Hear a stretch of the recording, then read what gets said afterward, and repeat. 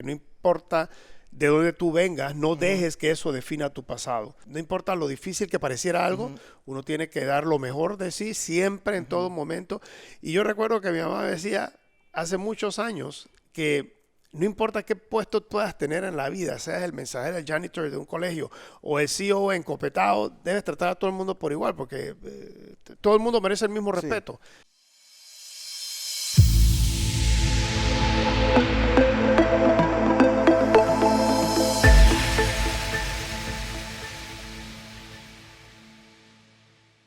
Bienvenidos a este podcast que hemos llamado Panamá Conectando al Mundo, donde vamos a estar con figuras y casos de éxito en el mundo marítimo.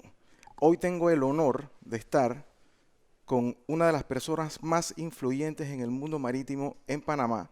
Es el CEO y gerente general de One Shipping Company, una compañía que es una de las 5 más grandes compañías de transporte de contenedores en el mundo. Una persona que inició trabajando en el Canal de Panamá, se hizo su camino y hoy por hoy es uno de los pocos ejecutivos panameños que tienen un puesto tan alto en el mundo marítimo. Y para mí, Julio, es un orgullo y un honor que hayas venido, porque sí te considero una persona que ha labrado su camino. No solamente eso, sino que has tenido el tiempo, no solamente de aportar económicamente, sino que también has sido gremialista, 4 veces presidente de la Cámara Marítima, has sido también presidente de CONEP, ¿verdad? Eres una persona que en el 2015 te dieron el premio de el empresario marítimo más influyente, ¿verdad? Y también leí que tienes otras condecoraciones que, bueno, que dejaré que tú las digas. Pero el propósito de este podcast es que haya integración en el mundo marítimo como había antes del país, que la gente sepa la importancia del sector marítimo, que la gente sepa que sí hay oportunidad de crecimiento para todos. ¿Para todos qué significa? Para el que tuvo oportunidades o el que no tuvo oportunidades. Y eso es donde quiero empezar, Julio. Me conozco un poquito tu historia, pero creo que es primera vez que la voy a escuchar. Sé que empezaste muy desde abajo en el Canal de Panamá, Así ¿verdad? mismo. Luego fuiste subiendo y trabajaste en Boyd Steamship, que es una agencia naviera muy importante en Panamá. Subiste en toda la cadena hasta ser vicepresidente. Luego te contrata MOL, MOL, que es una de las navieras japonesas, también más grande que había en su época. Luego se consolidan 3 navieras, NYK, K-Line y MOL. Samuel. Y te asignan a ti como gerente de ese consorcio que se llama One. Entonces, obviamente, Julio, me encantaría escuchar ese recorrido, o sea, cómo no te dio miedo meterte en el mundo marítimo en esa época, porque mucha gente le tiene miedo al mundo marítimo y dicen que no, que eso solo es para ricos y tal. O sea, háblame un poco de eso, porque de verdad que estoy bastante interesado. Sí. No, bueno, muchas gracias, Hugo. Realmente es un placer y un honor estar aquí. Gracias. Eh, pero yo sí quiero aportar algo. No es para nada excluyente el mundo marítimo. Muy por el Ujú, contrario, el mundo marítimo da las oportunidades ujú, para que toda persona que quiera trabajar verdaderamente pueda integrarse y ujú, hacer un futuro para él y sus familias. No es ujú, definitivamente un mundo para los ricos, ni ujú, mucho menos. Eh, Y ciertamente la historia de nosotros comienza en 1979, ujú, cuando tuve la oportunidad de ser un guardia en Canal Protection ujú, Division. La verdad que me encantó esa asignación. En ese entonces pues estaban contratando ex veteranos de guerra de Vietnam. Obviamente yo no era ningún veterano, pero como no tenían personal, entonces abrieron un poco el compás y yo estaba en la universidad, querían ciertos grados de académico y entonces yo me metí. Apliqué y la verdad es que fue interesantísimo, casi un año allá y justo al final me ofrecieron la oportunidad de irme a Luisiana a ser capitán de policía ujú. allá, pero en esos entonces New Orleans, el estado de Luisiana no es lo que es ahora. Oh, Allá usaban el uniforme de los policías para práctica de tiro y yo no iba ni siquiera a desviarme por esa línea, así que me quedé y la verdad es que no me arrepiento. El futuro ha sido ujú, súper, estoy de acuerdo. súper, ha sido intenso todo lo que Ujú, hemos hecho. sí. Me gané una beca Ujú, para estudiar en Houston, ujú, veterinaria. A mí me encantan los animales decliné la beca porque dije que aquí en Panamá yo podía prepararme igual que en cualquier otro lugar del mundo. Y así fue. De hecho, cursé estudios primero en técnicas especializadas, Instituto de Técnicas Especializadas, programación de computadoras. Luego entré en la Universidad Nacional y por último en la Nova University. Ahí pues que terminé pues Bachelor of Science in Professional Management. Pero sí, el recorrido ha sido interesante. He encontrado muchísima gente en el camino que me ha apoyado porque hay que estar claro, uno puede poner una parte de la ecuación, pero realmente son los demás los que lo apoyan, los que lo ayudan, los que lo guían. Son los verdaderos directores de la orquesta, ¿no? Así es. Y yo creo que en ese sentido pues hemos tenido mucha suerte de contar con personas muy desinteresadas que nos han apoyado enormemente. Yo vuelvo al tema de que yo hablo mucho con refranes o lemas y todo porque cuando iba creciendo mi madre nos ponía a mi hermano y a mí unas recortes de periódicos con pensamientos, citas memorables y que de hecho se han quedado en toda la historia de vida de uno. Una de ellas es que no importa de dónde tú vengas, no dejes que eso defina tu pasado. Así es. Y ciertamente cuando entramos yo no venía llamémoslo privilegiado para entrar en el sector marítimo, muy por el contrario. Yo entré en Boyd Steamship Corporation, como bien dijiste, en 1979. Y un dato curioso, un amigo fue el que me dio el dato de entrar o de aplicar. Y yo pensaba, bueno, boarding officer, que dicho sea paso, no es más que un mensajero glorificado, porque realmente eso es lo que uno hace, como el boarding officer. Sí. Pero yo tenía ganas de entrar al sector marítimo después de haber escuchado todo lo que me habían dicho en el sector y me llamó mucho la atención. Y mi primer día, nunca me voy a olvidar, yo llego y lo primero que me dicen, usted viene por el puesto de mensajería. Yo me quedé, bueno, iba a ser asistente del mensajero, ya ni siquiera como boarding officer. Y yo, como tenía muchas ganas y yo sabía lo que pues, podía lograr, yo dije, sí, yo vengo aquí, no hay ningún problema, vengo a trabajar y de ahí a ver qué otras posiciones hay. Y al día y medio me llaman de vuelta el mismo gerente, en ese entonces gerente general, el señor Ender, y me dice, no, que se habían equivocado, que no era para mensajería, era para boarding officer. Así que ahí comenzó la historia en 1979 como boarding officer para Boyd Steamship. Fue una súper experiencia, sin lugar a dudas. Boyd Steamship era y es una de las mejores agencias marítimas, navieras en Panamá. Así que para nosotros fue interesante porque teníamos, si se quiere, de presidente en ese entonces a Jürgen Doffmeyer, que fue literalmente como un mentor y nos permitió educarnos en diferentes facetas del negocio. Y yo pasé, si se quiere, autodidacta, porque yo mismo desarrollé mis cursos, no existía tal cosa, todo era empírico. Pasé por temas de contabilidad, por temas de finanzas, por operaciones, por intermodalismo, por ventas, mercadeo, en fin, eso yo creo que fue interesante porque me dio la oportunidad de saber de qué se trataba el negocio desde adentro hasta afuera y no que dependía de que otra persona en un momento dado me lo contara. Así que fue de lo más interesante y nunca me voy a olvidar la escena donde yo cambié. Yo digo que yo nada más he tenido realmente dos trabajos en mi vida. El primero en Boyd Steamship, porque el de guardia de seguridad pues fue un trampolín. En ese puesto, en ese entonces duré 24 años de servicio en Boyd Steamship, Vapores Boyd, y luego transicioné a MOL. Y fue muy casual la transición porque MOL decidió en ese entonces, era la tendencia, de que las grandes navieras ya querían hacer sus propias operaciones de buque, lo que era lo que llamamos el ship husbandry. Y curiosamente yo había puesto mi renuncia al puesto de vicepresidente de operaciones porque fui, como bien dice, fui escalando de un mensajero glorificado, pasé a supervisor, de luego subgerente, luego gerente y de último vicepresidente de línea, donde el departamento de operaciones nuestro generaba más del 52% de los ingresos de la empresa. Así que creo que algo tuvimos que haber hecho bien y por supuesto siempre apoyado por un tremendo equipo humano. Y el resto es historia. Luego entonces vino la transición a MOL.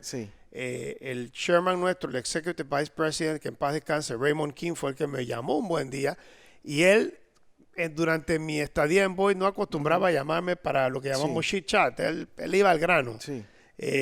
Pero me llamó en esta ocasión para ver cuáles eran mis planes y yo siempre pensé que es que alguien le había comentado que ya yo había puesto mi renuncia. Y después se sinceró y me dijo, mira, nosotros queremos abrir una empresa, la vamos a abrir solamente si tú estás a bordo. Y de todo el Board of Directors, de la junta directiva, pues en ese entonces, de Mitsui Osaka Shosen Kaisha, todos japoneses, apoyaron unánimemente que yo fuese entonces el chairman y presidente de la empresa. Sí, eso es lo que yo te quería preguntar, porque yo tengo entendido que el consorcio que se hizo de estas 3 navieras que convirtieron en una sola que es Juan, no fue que una agarró y compró a la otra, sino que estas 3 navieras son socias. Es correcto. Y si son socias, hay una junta directiva y esas 3 navieras, los socios tuvieron que ponerse de acuerdo y dijeron, Julio de la Lastra, un panameño, va a ser el gerente, porque muchas veces la gente comenta que las oportunidades que dan estas transnacionales grandes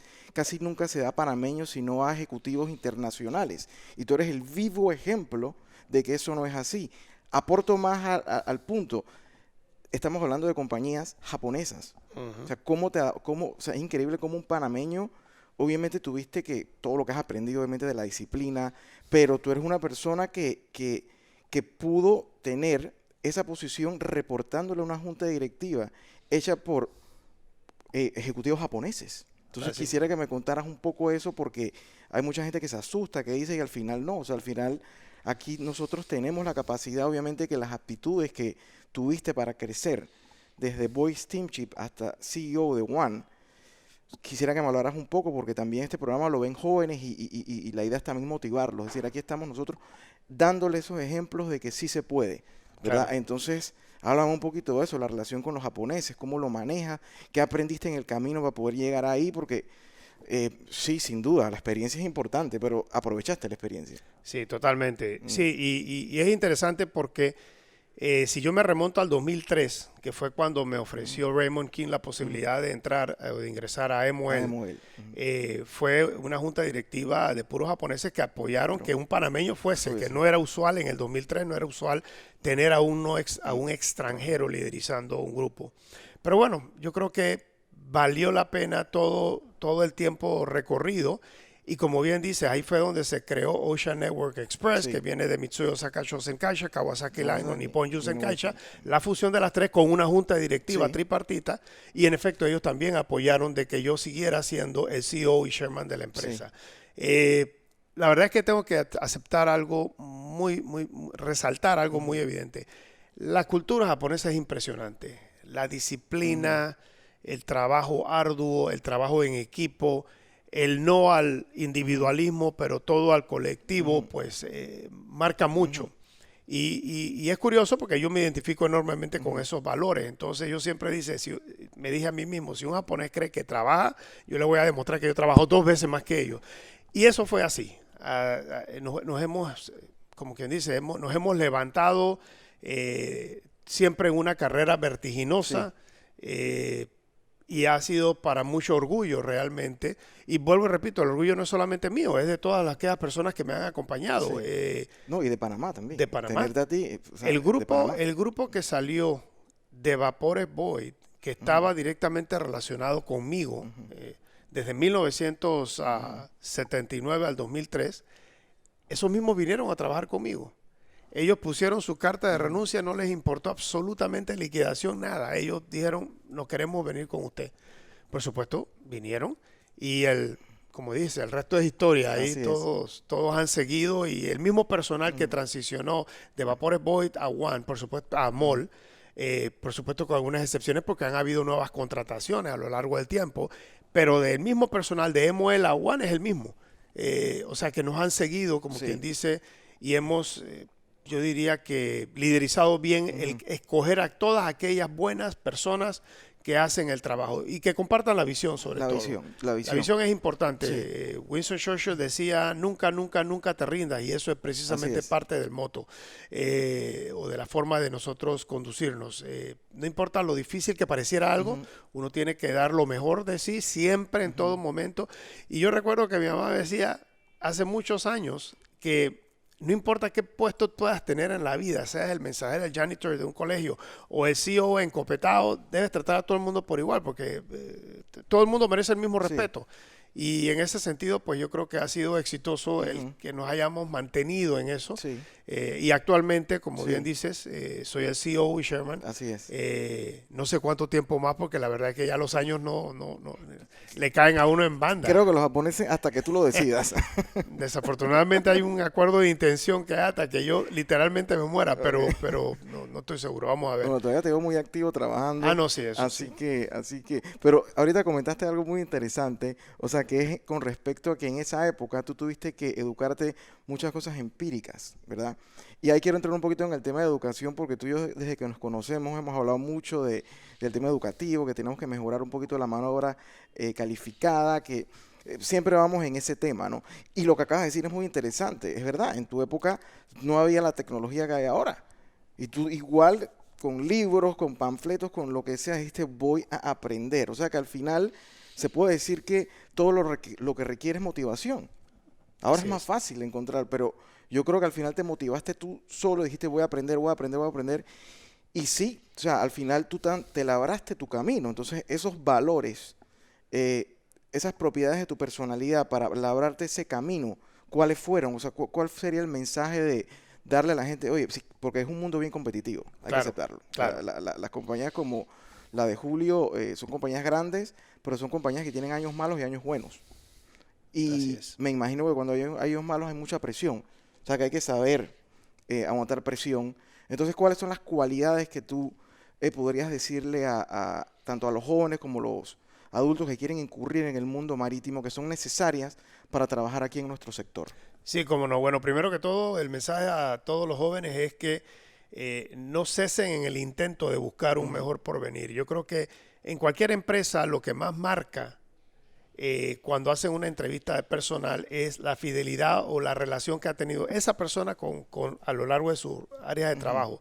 Porque no es lo mismo evaluar un ujú, currículum vitae de una persona que ujú, tiene 5 años trabajando y en ujú, 5 años tiene 8 trabajos, ujú. que en 5 años trabajando tener 1 o 2 trabajos, Correcto, y sí. eso demuestra cierta lealtad Y estabilidad, y sí. Ujú, estabilidad. Pero la estabilidad a veces uno se confunde porque hay estabilidad financiera y estabilidad emocional. ujú, Eh, y a veces, y lo he visto a lo largo de todos estos 44 años ya, personas se cambian de un lugar a otro solamente porque les ofrecen 30, $50 de ujú, más de incentivo. Entonces, yo digo, eso, ujú, la plata no es el único ujú, motivante. Tienes que ver si el trabajo realmente ujú, te gusta. Y como vi en una película en estos días, que ahora no sé si fue en CIS o algo, ujú.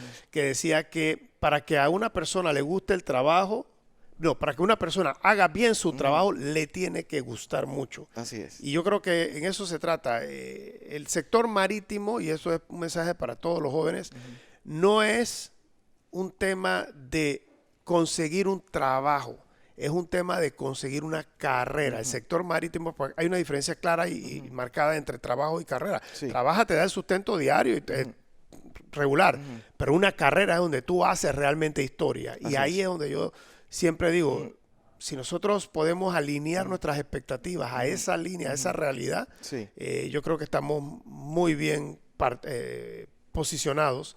Eh, y la otra cosa es siempre escuchar las Ujú, primeras partes. Hay gente que empieza un diálogo, pero nada más quieren oír su propia ujú, voz y yo creo que eso no está bien. Hay que dejar que la otra persona ujú. o los otros grupos también hablen. Sí. Al final no hay una sola verdad. Nadie tiene la verdad Ujú, única. Es una historia sí. compartida de verdades y yo creo que en ese sentido, pues, parte del éxito es Ujú, saber escuchar para sí. entonces tomar las decisiones correctas en el momento. Sí. También las decisiones correctas se toman en base a el cúmulo de Ujú, diferentes experiencias y ujú, sucesos.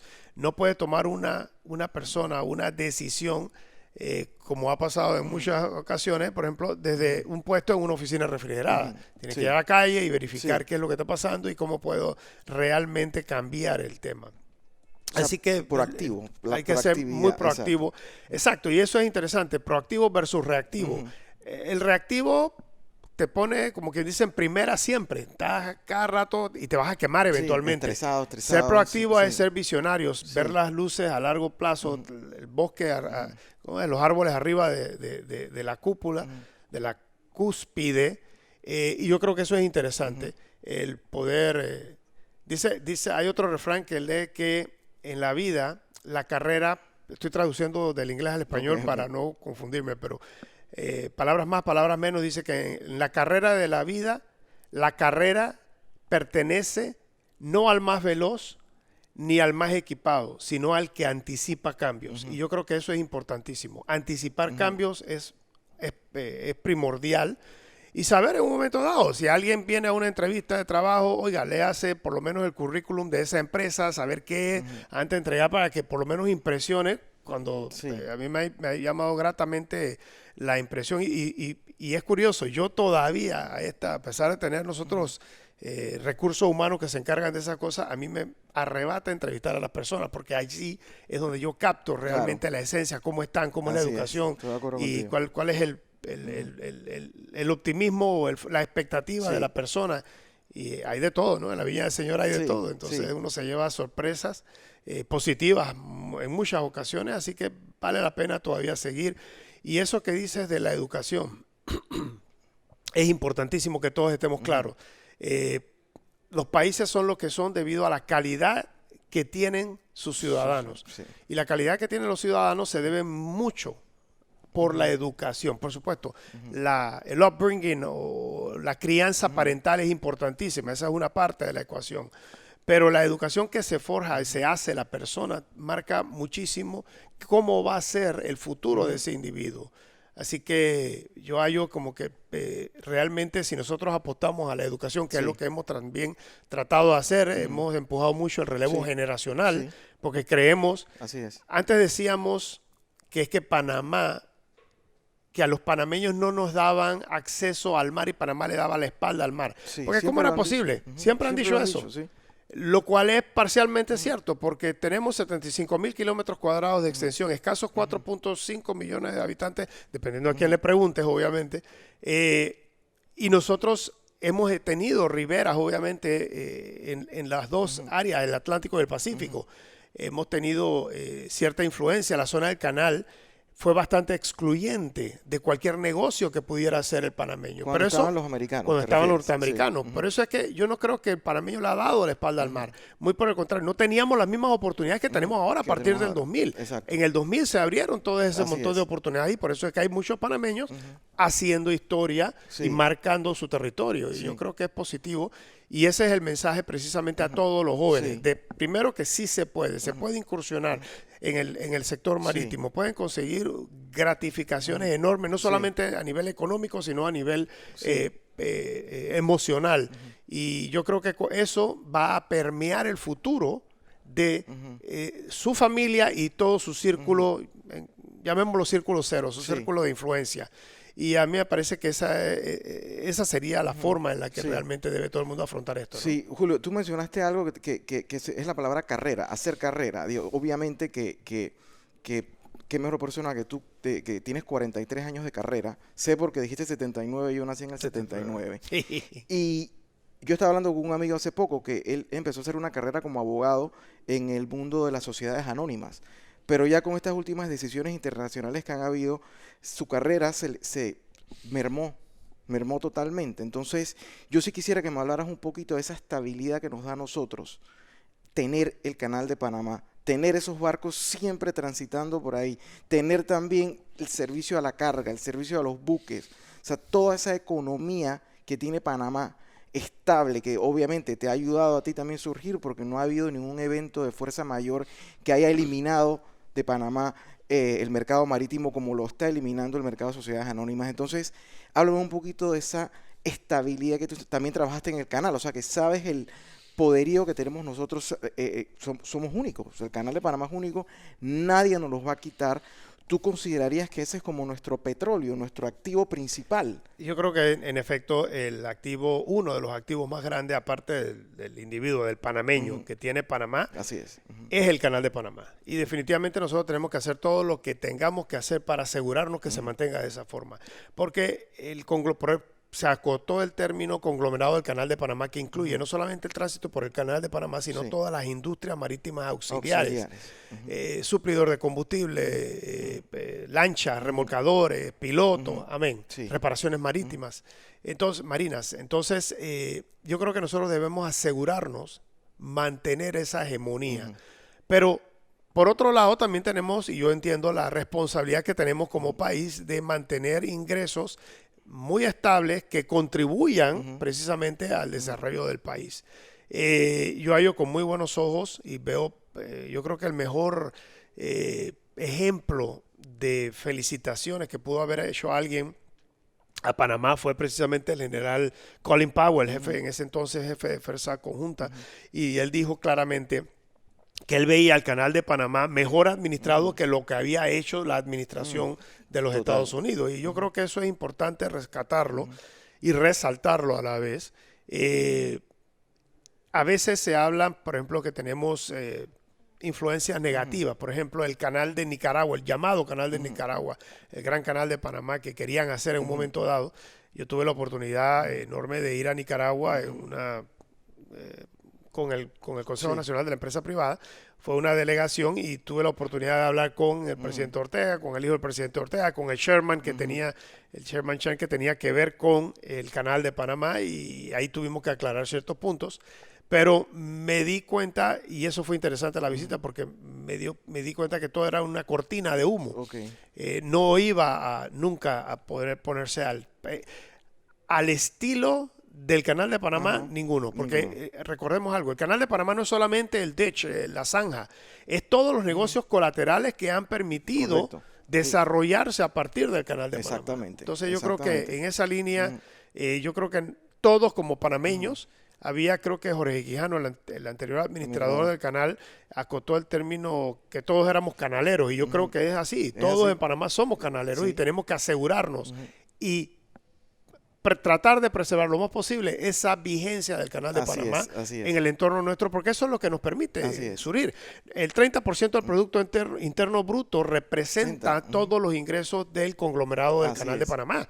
Y yo creo que no podemos dejar eso. No podemos dejar eso. Eso es una buena cifra que me gusta que la hayas dicho, porque el 30% de todos los dólares que entran a Panamá es por los servicios al canal y por el canal.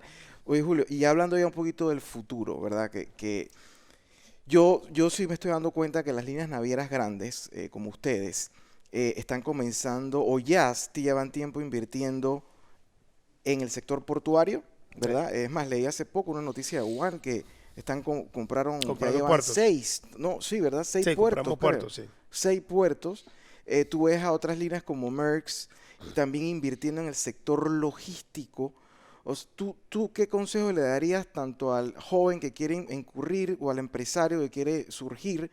¿Cómo tú ves el camino de esas 3 áreas? El mundo marítimo, el mundo portuario y el mundo logístico, porque ustedes están invirtiendo en las 3. Exacto. Entonces, ¿cuál es la estrategia atrás de eso para entender un poquito, no? Sí, bueno, mira, la inversión que están haciendo las navieras en temas portuarios obedece estrictamente a controlar en un momento dado su ruta, sus salidas o sus arribos.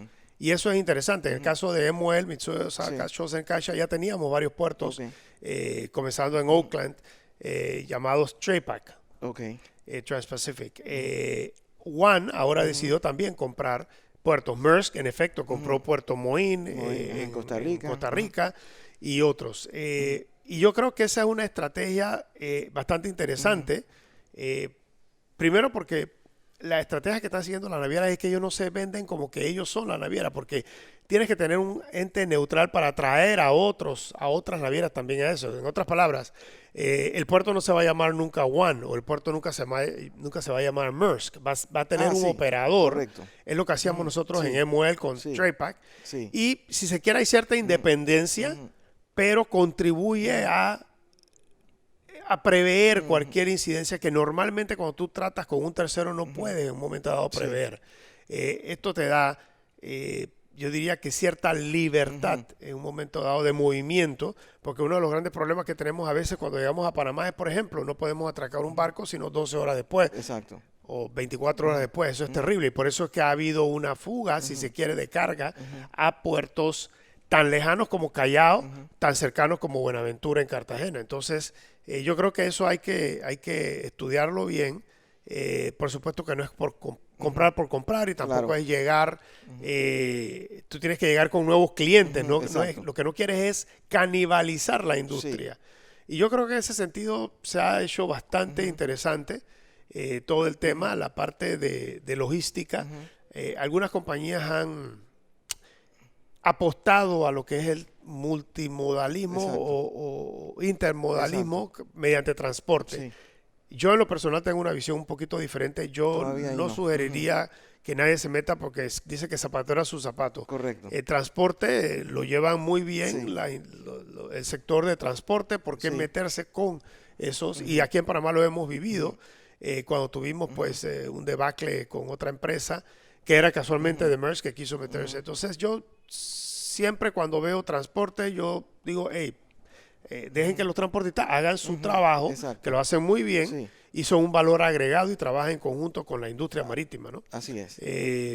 Pero yo a los jóvenes que quieren incursionar en el área logístico, marítimo, portuario, cualquiera de los tres es buena. Es verdad, es verdad. Y en cualquiera de los tres va a tener Sí. grandes satisfacciones, Sí. tanto personales como financieras. Entonces, yo no le veo ningún problema. Es como quien dice, ¿dónde está el trabajo Así es. para yo poder entrar, ¿no? Y Julio, nadie nos va a quitar nuestra posición geográfica. Nadie. Eso no nos lo puede quitar nadie, a menos que pase alguna locura de un canal que no va a pasar, porque los costos de hacer un canal en Nicaragua, etcétera, son apoteósicamente altos, ¿verdad? Entonces, eso es algo importante, saber que tenemos ese activo y que esos tres rubros, cualquiera se puede desarrollar. Y veo que ustedes también tienen una gran ventaja de que ustedes tienen alianzas. Exacto. ¿Verdad? Y ustedes, por ejemplo, One tiene alianza con la compañía alemana, no me acuerdo, Hapag-Lloyd. Hapag-Lloyd, exacto. Entonces también ustedes pueden desarrollar puertos y no solamente usar el puerto para One, sino que ofrecer el servicio Para todo el mundo. portuario para todo el mundo. O sea, Así entonces no canibalizar como tú dices, ¿no? Entonces, ahora, sí te quería preguntar algo muy interesante, y esto es una pregunta mía. Me enteré hace poco que esta alianza de Maersk con MSC también como que ya expiró en el 2024, 25. ¿Tú piensas que el futuro ahora, o sea, te preocupa un poco que se rompan las alianzas entre grandes líneas de contenedor o esto fue un caso aislado? Yo creo que este fue un caso aislado. Me preocupa es cómo van a quedar esas dos líneas porque si bien es cierto, manteniendo una oferta de fusión, ellos podían ofrecer un precio un tanto más competitivo. ¿Cómo van a funcionar ahora cuando se separen? Van a tener posiblemente que escalar un poco más los fletes, lo cual los va a poner entonces en desventaja, si se quiere, comercial con el resto de las navieras. Sí. Ahora, no nos llamemos engaño, así como los matrimonios se hacen y deshacen, exacto, igual pasa en las alianzas Sí. comerciales. Sí. Ellos en su momento dirán el real por qué. Todavía todo el mundo está especulando. Sabemos que ya en el 2025 no va a haber una alianza. Por lo menos las 2M que hablaban Maersk y MSC. Pero yo, si bien es cierto, cualquier evento que acontezca en el sector marítimo puede ser disruptivo. Sí. Este tipo de ruptura de alianza, yo no lo consideraría que va a ser catastrófico para el sector. Ni un game changer Para nada. Ok, o sea que es algo, es Para bueno nada. saberlo porque al final eso hace que sea un mercado un poquito más estable para todos, y para el que trabaja ahí, para el que le brinda servicio a una naviera, ¿verdad? Entonces yo he ido a tu oficina varias veces y me doy cuenta que todo el personal que tú tienes ahí es panameño. Todo O el sea, mundo. conozco a algunos también, pero me doy cuenta que se maneja una línea naviera con puro personal panameño y yo me imagino que son gente que sí ha tenido sus cualidades competitivas, han logrado surgir, pero eso también me llenó mucho de orgullo, saber que en esa empresa el capital humano es meramente panameño, ¿verdad? Entonces, esas personas han sido entrenadas, hay mucha rotación, o sea, o hay mucha estabilidad en el mercado laboral marítimo. Ok. Nosotros hemos tenido una gran suerte de tener una estabilidad laboral bastante fuerte.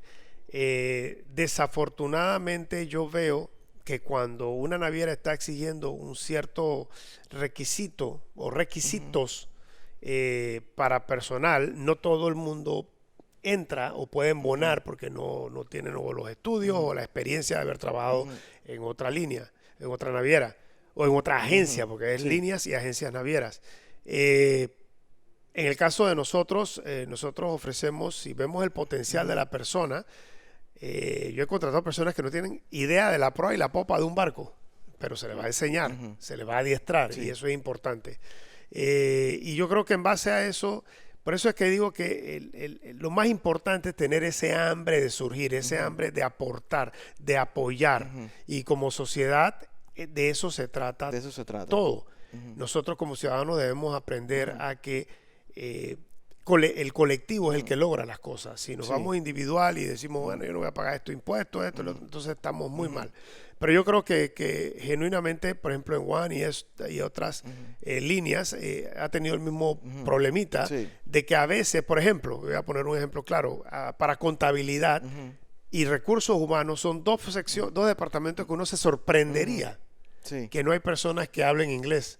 Todos los currículos, a mí me llegó una vez una joven, hace mucho tiempo, venezolana, más graduada que un termómetro y exigiendo una cantidad de dinero enorme. No hablaba nada, cero de inglés. Entonces yo le decía, pero usted ¿por qué no se ha preparado para ingresar en el No, y en el mundo marítimo, logístico y portuario, el inglés es fundamental. Fundamental. Ese es el idioma. Es importante que se me había olvidado mencionarlo. Eso es sumamente importante. El inglés es sumamente importante en el mundo marítimo. Claro que en Panamá tenemos un poquito de deficiencia en el sector público, de educación pública del inglés. Pero hoy por hoy, el que tiene motivación, ¿verdad? Que eso es lo que te quiero hablar antes de que se acaben estos 45 minutos, creo que el que tiene motivación sí puede tomar estos cursos online y aprender y mejorar el inglés. No son costosos, inclusive tengo entendido que algunos son hasta gratis, ¿verdad? Exacto.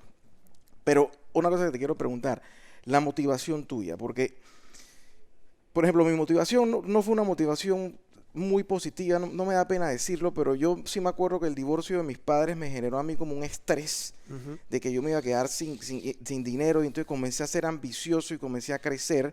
Yo sí nací con un poquito de oportunidades.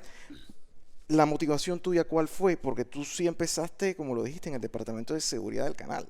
O sea, esa motivación tuya de 43 años, no espero que no haya sido un poco negativa como la mía, pero cuéntamela un poco, porque tú mismo lo dijiste, si llega alguien a tu compañía que no habla inglés, pero se motiva para aprender, lo va a lograr. Claro. Entonces la motivación, habla un poquito de la motivación, que creo que es algo muy importante que necesita el individuo para poder surgir. Sí, cómo no. Bueno, motivación es primordial en cualquier área donde uno se empeñe, ¿no? Ya sea en una relación interpersonal o en un trabajo. Yo creo que lo que en un momento dado me motivó siempre de joven y pasó a adulto y obviamente tuvo enormes huellas en mí, fue mi madre, porque ella siempre bombardeaba de que lo que sea que uno haga en la vida tiene que ser mejor. Ahí no había sustitutos, no habían capacidad para segundo y terceros lugares. Y mi mamá era un general de brigada, así que le teníamos la seguida. ¿Todavía vive? ¿Todavía? No, mi mamá lastimosamente falleció el año pasado de noviembre, pero fue un tremendo legado. Y me imagino que ese es lo mismo que estás haciendo con tus hijos, el mismo pim pam pum. Igualito, todo el mundo. Mis hijos son todos los de la empresa, todo igualito. Así es. No, pero yo sí creo que la motivación, en efecto, la disciplina es importantísimo. El empuje. El drive, eso es. Y se ha perdido lastimosamente hoy en día. Tú sabes que me llama la atención. Por ejemplo, hablan mucho de los millennials, ¿no? Como si eso fuera realmente clasista, que es generación Z, la generación Y, los millennials de edad, tal edad. Yo decía, espérate, ¿pero qué estamos segmentando en un momento dado? Estamos como buscando una excusa para hacer. Yo me he encontrado gente joven que son impresionantemente orientados, están enfocados, tienen totalmente la visión de lo que quieren en la vida. Por supuesto que me he encontrado otros que son un desastre y que son lo que llaman el potato couch, ¿no? Que se quedan ahí sin hacer absolutamente nada. Así es. Pero yo creo que en la vida es, primero que ahí sí el individualismo pega. Tú tienes que ver a ese individuo, analizarlo, evaluarlo y si tiene, las diferentes virtudes. Y por eso es que también el sistema educativo tiene que cambiar eventualmente, porque ya no es solamente el tema de la rigurosidad académica, es un tema de las famosas llamadas competencias blandas. Correcto. El decir buenos días, buenas tardes, buenas noches, el saludar, el llegar puntual, todas esas cosas. Posiblemente tengamos que trabajar en eso, pero yo creo que el mensaje de optimismo es que Panamá lo ha logrado, podemos hacerlo, seguiremos haciéndolo y el futuro es tan claro como nosotros querramos que sea. Hay otra frase que recuerdo, vuelvo y repito, me gusta hablar con frases y disculpa, dice que en inglés, traducido al español, dice, siempre apunta a la luna, porque aun cuando falles, quedarás entre las estrellas. Entonces yo creo que de eso se trata parte del tema, así ¿no? Así es. Y mantener una actitud positiva. Así es, sí. El negativismo no nos conduce absolutamente a nada. Tenemos que ser como humanos solidarios y tener esperanza, una esperanza de que algo bueno puede y va a venir, ¿no? Así es. Así que yo creo que el mensaje para todos aquellos jóvenes nuevamente es, sí se puede incursionar con mucha valentía, con mucho esfuerzo y dedicación, nunca rendirse. Así es. En la vida dice que no importa cuántas veces te caigas, sino cuántas veces te levantes, Así y de es. eso se trata la vida. Porque muchas personas dirán, bueno, yo nunca me he caído, pero bueno. Y lo importante es cuántas veces, esa es la medición de éxito. Así es. Cuántas veces tú te estás levantando. Así es. Y la única forma de ganar experiencia. Así Que, mismo. pero, la gente, claro que a todos nos da miedo caernos, pero ya después que pasa un tiempo y miras hacia atrás y conectas los puntos, te das cuenta que si no hubiera sido por esa caída, no tuvieras la experiencia que tienes hoy. Exacto. Ok. Julio, de verdad que para mí, bueno, hemos hablado y hemos hablado siempre del tema de la educación, que a mí me gusta mucho. Este programa yo lo estamos haciendo, para eso, para nosotros la empresa privada, motivar y decir, ok, nosotros estamos aquí para hablar nuestras vivencias. Claro que también estamos preocupados de que el gobierno o los gobiernos no inviertan en la educación. Okay, entonces por eso es que estamos haciendo esto, porque hay gente que dirá, no tengo más nada que hacer, pero creo que hoy en día, para esos millennials, claro que sí hay que hacer. O sea, hay información en internet, hay forma de decir, me voy a automotivar y voy a buscar, voy a aprender inglés. Me gusta la naviera, déjame aprender del shipping, me voy a leer este libro, voy a ver este video, ¿verdad? Y ese es un mensaje que a través tuyo estamos mandando claramente, ¿verdad? Que sí se puede. O sea, que sí se puede lograr. Y de verdad que te agradezco mucho, Julio.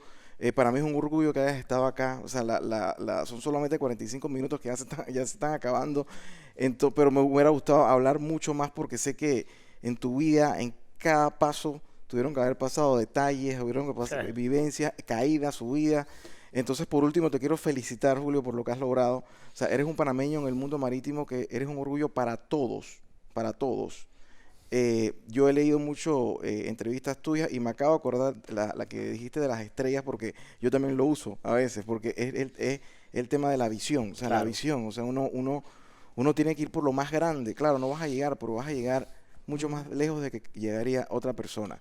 Entonces, Julio, muchas gracias de verdad por tu tiempo. De verdad muchas gracias, realmente fue para mí extremadamente placentero estar aquí. Yo sé. Y la verdad es que concordamos definitivamente en la educación. Sí. Así como dicen que todos los caminos conducen a Roma, yo recuerdo que en el 2015 una entrevista con Álvaro Alvarado, estando yo de presidente del CONEP, decía que la mejor receta para una sociedad, al margen de los problemas sociales y la delincuencia, es precisamente la educación. Y eso es lo que estamos viendo. Sí. No tenemos enfoque en lo que debe ser la educación. Exacto. Pero vamos comenzando. Vamos.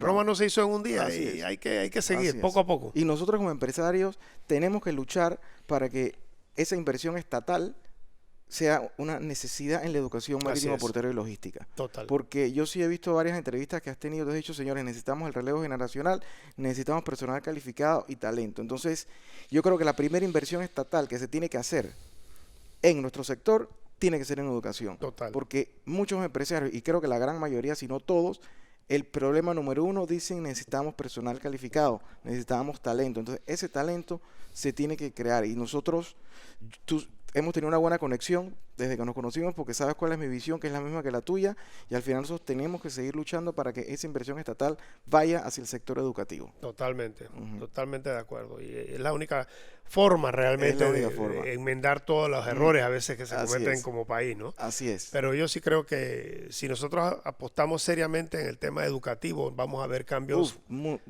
impresionantes en muy corto tiempo. El servicio va a ser algo increíble acá en Panamá. Totalmente. Así que perfecto. Ok, gracias, Julio. Cómo no, muchas gracias. Perfecto. Hasta luego.